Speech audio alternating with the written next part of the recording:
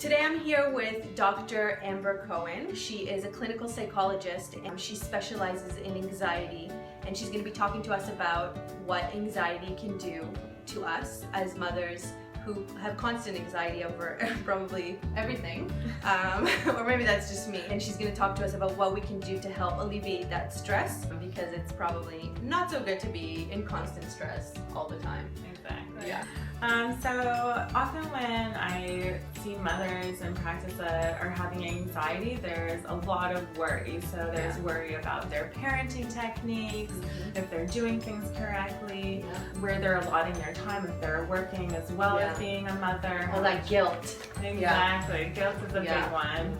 And things like if your family is very involved in your life, how your extended family believes you should be parenting versus maybe beliefs that you have for yourself can cause a lot of anxiety. Right. So just different areas where mothers kind of are really coming down hard on themselves and being critical. Yeah, we want to be kind of in this perfect place, you know, where we're doing everything perfectly and everybody's happy, but it takes a toll on us, right? All that stress. And so being in that constant state of stress, it can take a really big toll on your body.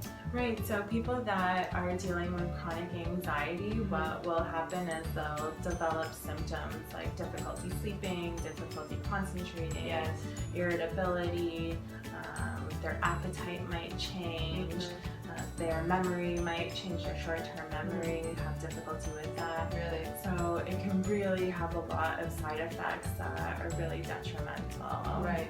Right, and what's going on in our bodies when we're in this constant stress? Sure. So when you're feeling anxious, what happens really when you get on high alert is your fight or flight response gets activated. Right. If you're somebody who stresses constantly or has worries and anxiety constantly, that fight or flight response is getting activated more than it should. Right.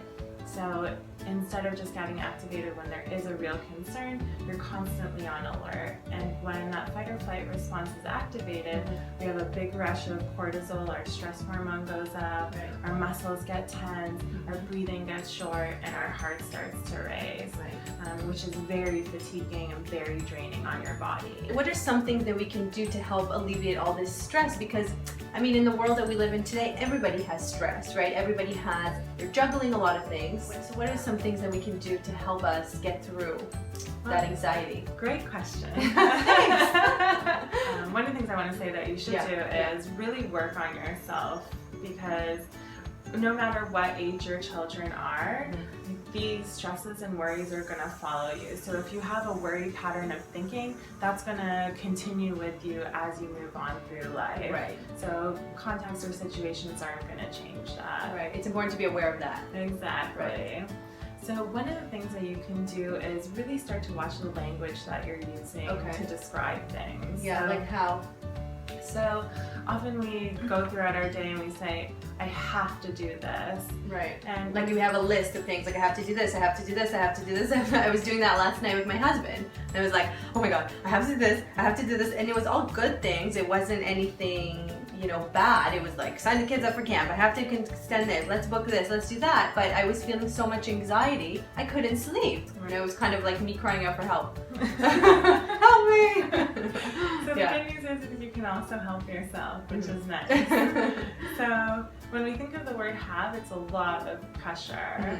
But if you think of the word I want to do that, that just has a different tone to it. So I want to sign the kids up for camp. I want to book this thing. That just makes you feel a little bit better. Right. Self-talk, right? It's like changing that self-talk that we hear all the time in our brain, right? That can really affect us.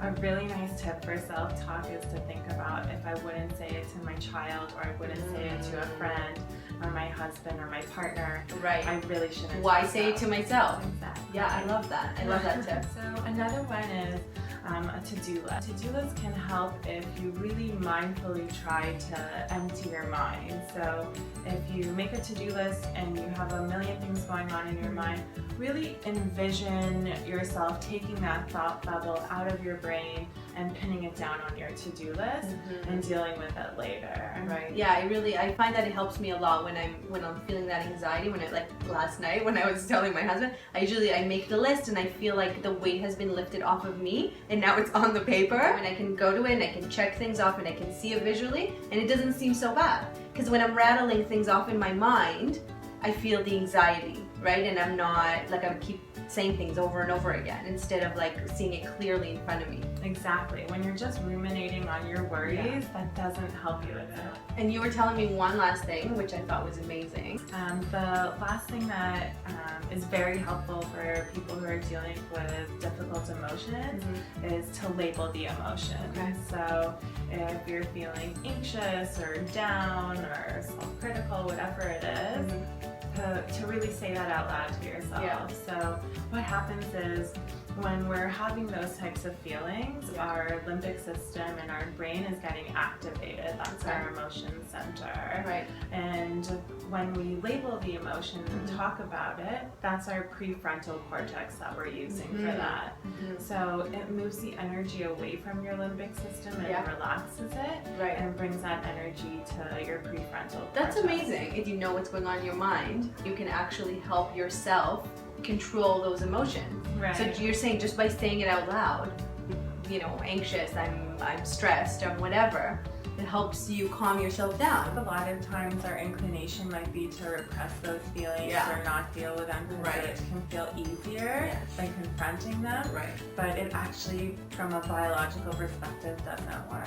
If you were to label those emotions and say them out loud, it can also alert you to say to yourself, okay, now I have to use a coping skill of mine, like meditation or a grounding strategy or my to-do list. You watch this video again and you see what's my toolbox, and you just pull one of those things out because you labeled it. You said, I'm anxious, let me try to be grounded, let me make a to-do list, let me do all these things to help me calm down and maybe be less anxious and less stressed throughout my day. Exactly. Yeah.